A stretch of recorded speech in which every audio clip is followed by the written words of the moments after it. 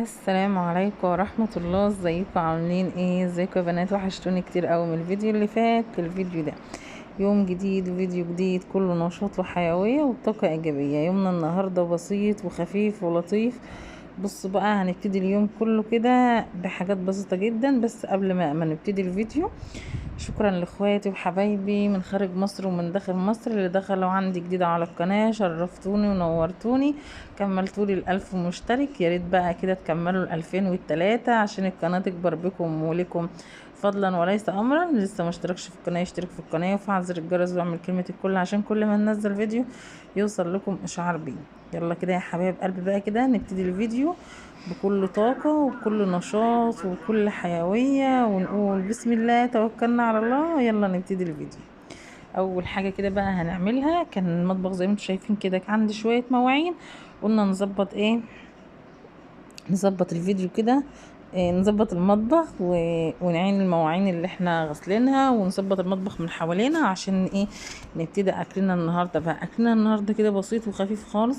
الجو حر وهم مش عاوزين اكله دسمه، قلت كده اعمل لهم شويه سندوتشات شاورما وشويه سندوتشات كريب، حاجه بسيطه كده وخفيفه في نفس الوقت كده، ما تاخدش مني وقت ولا تاخد مني ايه مجهود. كان عندي صدر فرخه، طلعته وقطعته وتبلته ببهارات الشاورما، وحطيت فلفل اسمر، وحطيت بابريكا وكاري وكل البهارات بقى يعني كده. ظبطت التظابيط وروقت العمل كده. وكان عندي بردك شوية صلصة كنت شارياهم من السوق. الطماطم بدأت ترفع يا بنات، الطماطم بدأت ترفع. ده اللي انا كنت بقول لكم عليه، حطوا طماطم. الحاجات في حاجة في اوقات كده بتبقى الحاجة فيها رخيصة، حاولوا تجيبوا الحاجة رخيصة وتخزنوها. ده اللي انا كنت بقول لكم عليه. الحاجة بتغلى. احنا نجيب الحاجة ونعينها. بقى في كومنتات كده تجيلي تقولي يا دعاء، هو انت كل يوم هتخزني طماطم؟ هو انت كل يوم مش عارفة ايه؟ والله العظيم انا بصوا، حبة الطماطم اللي انا جايباهم دول كنت جايبة كيلو ونص ب5 جنيه. جايبة كيلو ونص طماطم ب5 جنيه. امبارح في السوق لقيت كيلو الطماطم، انا جايبة 2 كيلو طماطم ب35 جنيه. 2 كيلو طماطم ب35 جنيه. الطماطم بدأت تغلى. بس بقى احلى حاجة عندي ايه، اللي انا اجيب كيلو او 2 كيلو للسلطة، او مثلا انت مثلا تاكلي اكلة كده تغمسي بطماطمايه وخلاص. اما للطبيخ انا عندي كمية اللي انا اطبخ منها وما استخدمش طماطم مستوية، او اروح اجي اشتري كيلو طماطم ب20 جنيه عشان اطبخ بيه. عشان كده بقول لكم، احنا مثلا موسم طماطم نجيب طماطم ونعينها. ايام مثلا ورق العنب، دلوقتي انا جبت الصراحة ورق عنب كتير وخزنته، كل ما بتوفر معايا حق كيلو اروح اجيبه واعينه. بطاطس مثلا في ايامها لما بتتخلع بتبقى رخيصة، نجيبها بردك ونعينها او نحطها في الفريزر. يا جدعان احنا مش لاقيين ناكل. لا بصي، لو كل يوم من مصروفك هتوفري حاجة وهتجيبيها، مش لازم تروحي تجيبي كل حاجة مرة واحدة. عشان الصراحة لما بتروحي تجيبي اي حاجة مرة واحدة، اي حاجة مرة واحدة بتقطع فلوس كتير وبتقطع مصاريف كتير وبتزنقك في المصاريف. جربي كده مثلا، حتى لو انت رايحة تشتري لبس للأولاد و... و... وهتروحي تجيبي الحاجة مرة واحدة، اللي هو الداخلي والخارجي والكاوتشات والحاجات دي كلها، هتطلع معاكي مبلغ كبير قوي. اما مثلا لما احنا نجيب الحاجة يعني حاجات بسيطة كده، مثلا مرة اروح اشتري ترنج، مرة اروح اشتري هدوم داخلية، مرة اروح اشتري كوتش، هتيجي تبص هتلاقي الدنيا معاكي ايه، لطيفة وخفيفة كده، مش صعب. لا بقى مثلا في حته اللبس دي، لو تكون انت عامله حسابك وموفره وعاينه او عامله جمعيه زي ما انا بعمل كده مثلا. اما بكون مثلا عندي لبس العيد او لبس الصيف او لبس الشتوي، بكون عامله حسابي او عامله له جمعيه صغيره كده، واقوم رايحه جايبه اللبس للاولاد كلها مره واحده. فانا حبيت بس اللي انا اقول لكم ان في حاجات كتير قوي لازم نجيبها ونعينها، بترحمك بالذات لو انت ست بتشتغلي، ست بيت يعني بتشتغلي بره. في اكلات كده معينه وفي حاجات كده معينه لما بتعينيها بتحب ت... ت... قبل ما انت تروحي شغلك او بالليل تجهزي اكلك. يعني برضك لو انت مثلا عاوزه تعملي طبيخ او انت عاوزه تحشي، لو الطماطم دي متوفره عندك او اي حاجه الصراحه، لو شهره ملح صغيره كده متوفره عندك ومركونه عندك، هتفيدك كتير.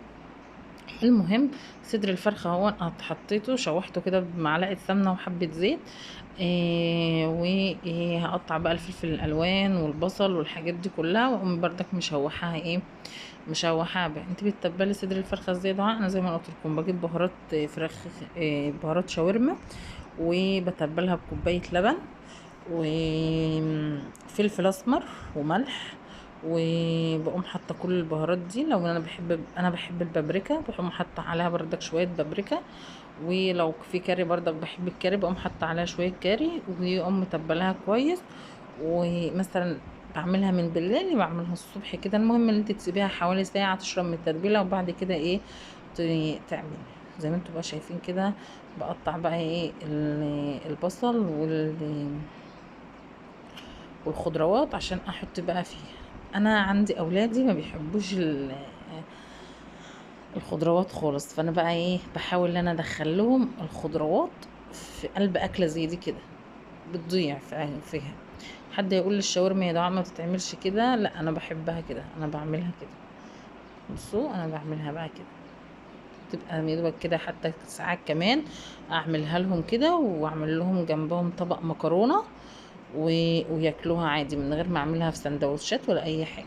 كل واحد يعني يا بنات عارف اولاده بياكلوا ايه. انا كنت قايله لهم احشي، نعمل محشي ورق عنب وكوسه وحاجات من دي.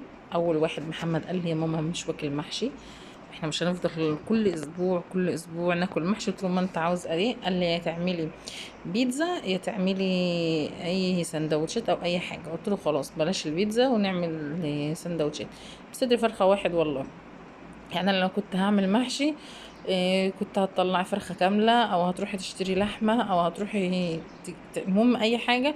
انا سيدها صدر فرخة واحد، صدر فرخة واحد قضانا احنا كلنا، وعملنا منه كل حاجة. لان انا بعمل منها سندوتشات، بحط فيها بطاطس شيبسي وبظبطها كده بقى. كنت غليت الطماطم اهي، بصفيها من المية عشان ما تاخدش سوا كتير.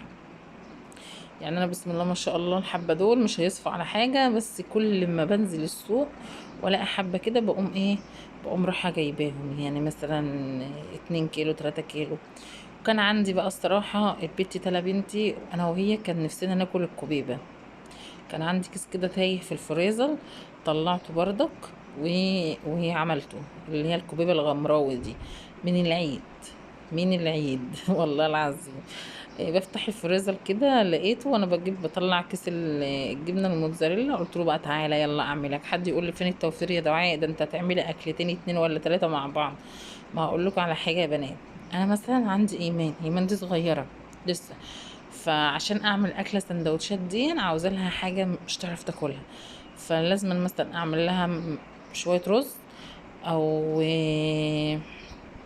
اللهم صل على سيدنا محمد، او اعمل لها شويه لسان عصفور. وانا ما عنديش شوربه، فانا قلت بقى اطلع كيس الكوبيبه دي منه رز، ومنه بردك حاجه طريه هتعرف تاكلها، مش هتبقى ناشفه على اسنانها، لان طبعا السندوتشات عيش، فهي دي مش تبقى ناشفه على اسنانها. زي ما انتوا بقى شايفين كده هون بعملها سهله وبسيطه. يعني الكوبيبه دي سهله وبسيطه جدا، وانا ما كنتش الصراحه بحبها خالص خالص خالص نهائي، ما كنتش باكلها. وكان عندنا اساسيات اول يوم العيد، عيد صغير عيد كبير، لازم امي يا ربنا يديها الصحه وطول العمر نصحى على الريحه بتاعتها. وكله امي تعمل اللهم بارك كميه، وكلنا كده بقى كل واحد كده ياخد له طبق ويقعد بقى ياكل في جنب. الا انا اقول لها انت كل عيد لازم تعملي لنا دي. في مره انا بعد ما اتجوزت الصراحه لسه واكلاها من فتره بسيطه. فعلا لما احنا بنقول على حاجه لا او ما بنحبهاش، ما تعرفيش الحاجه الا لما تدوقيها. عملتها في مره، اخويا قال لي اعملها لي، عملتها له، دقتها عجبتني. يعني انا بص طول ما انا بنت كنتش احطها في بقي، وبعد ما اتجوزت في فتره كبيره جدا برضك ما كنتش باكلها. اما جربتها عجبتني أوي، اقول ده حاجه جميله قوي، حاجه طعمها حلو. في ناس بقى بتعملها كده، وفي ناس بتقليها في فيجيتار ببيض. انا مش بحبها كده، انا بحبها زي ما هي نيه كده وتاكليها. المهم طلع بقى الهاند بلندر، اضرب بقى الطماطم الغاليه دي كلها. والله العظيم انا مبسوطه بحبه الطماطم اللي انا جبتهم وعملتهم دول. يعني حاجه وسطاني. المهم طلع بقى الطماطم بالهاند بلندر اهو، هنعمها بقى خالص خالص خالص، بس هرجع اصفيها تاني. يعني انا هضربها بقى كده لان انا الصراحه مش فاضيه اللي انا اقشرها. هو المفروض اللي انا هقعد احطها في ميه ساقعه وبعد كده القشره بتاعتها. الحله بقى كانت كبيره عليا، حطيتها في حله تانية عشان بردك اغلاها غلوتين، واحط لها تاني شويه ملح، واقوم بقى عيناهم بقى في الفريز.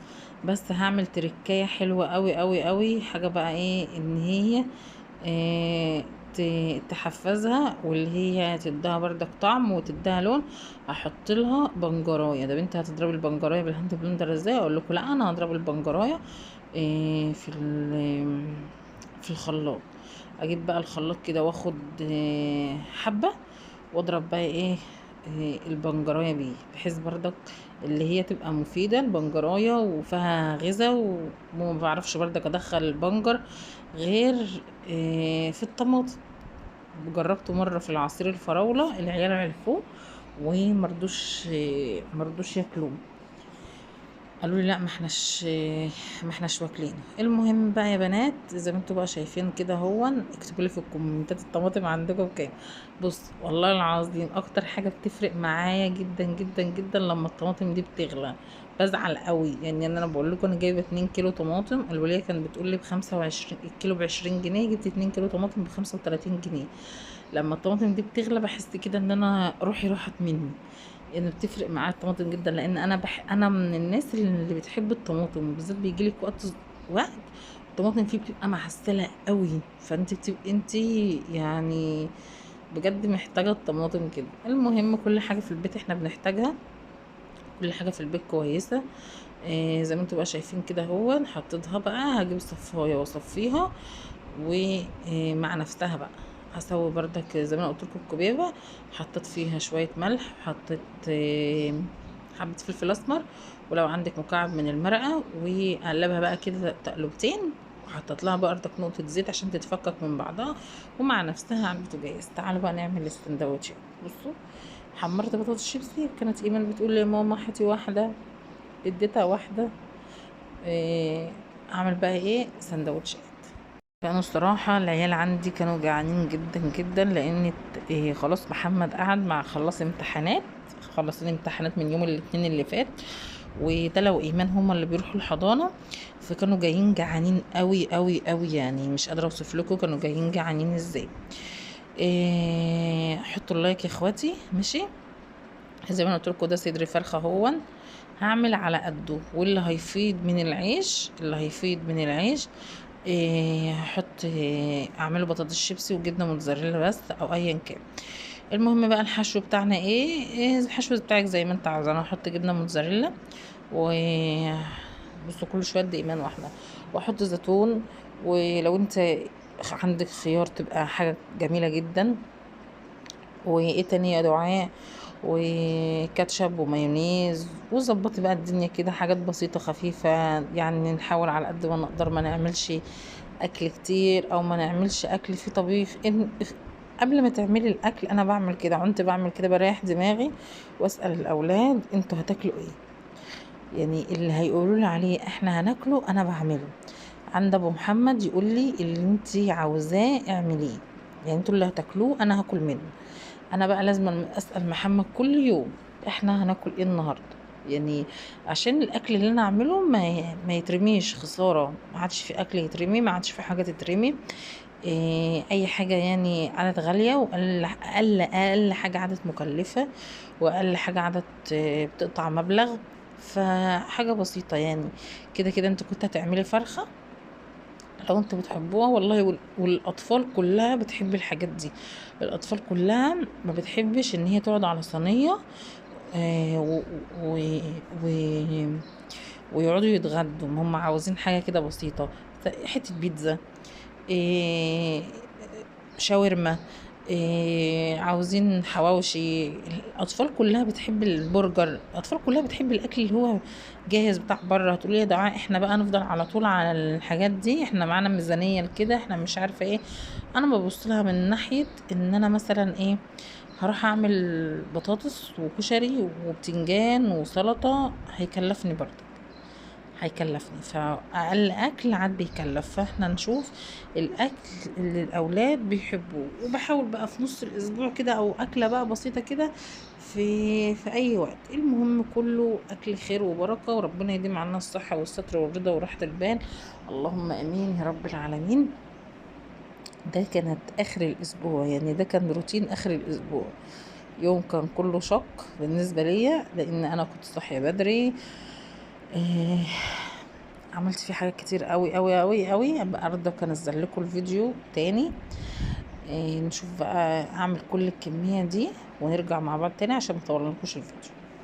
كده بقى هي دي كانت الطماطم وهي بتستوي اهو، زي ما انتوا شايفين بقى كده بسويها في بعضها، وبعدين تنزل الميه بتاعتها واخدها اصفيها، وبعد كده اقوم مقشراها فرماها في الخلاط ومصفيها الحاجه اللي تعجبك، يعني الحاجه اللي انتي حباها. كده ده غدانا النهاردة. اتمنى ان الفيديو يعجبكم، واتمنى ان الفيديو ينور رضاكم. يوم بسيط من بيت بسيط من ست بسيطة جدا جدا، مفيش اي افتكاسات، مفيش اي حاجة مختلفة عنكم. يومنا بيمشي عادي جدا، ست تلقائية بتخش المطبخ بتفكر هتطبخ ايه النهاردة. بس الفرق بقى ان انتي تختاري الاكل اللي اولادك بيحبوه. دي الكوبيبة هي عشان خاطر ايمان وعشان خاطر بردك ما بحملش على اسناني قوي في اكل ناشف شويه كده زي عيش او حاجات من ده، عشان يعني انتوا عارفين اسناني تعبانه وكده. وجبت لهم بقى كيس شيبسي. محمد قال لي ماما انا عاوزه اروح اجيب كيس شيبسي، عملت لهم بردك شويه كريب، وعملت لهم سندوتشات شاورما، بطاطس شيبسي والسلطه والكاتشب والزيتون والمايونيز. ودي الكوبيبه هي الغمراوي. اتمنى ان الفيديو يعجبكم وينال رضاكم. فضلا وليس امرا، لو كنتوش ما حطيتوش اللايك حطوا اللايك واشتركوا في القناه وفعلوا زر الجرس واعملوا كلمه الكل عشان كل ما ننزل فيديو يوصل لكم اشعار بيه. بحبكم في الله، ما تحرمش منكم ابدا ابدا.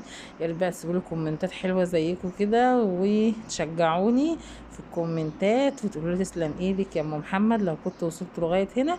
ويا ترى انتوا عاوزين فيديوهات ايه بردك؟ اكتبوا لي في الكومنتات ننوعها كده مع بعض عشان خاطر القناه تكبر بكم ولكم. اشوفكم باذن الله في الفيديو الجاي على خير، في رعايه الله.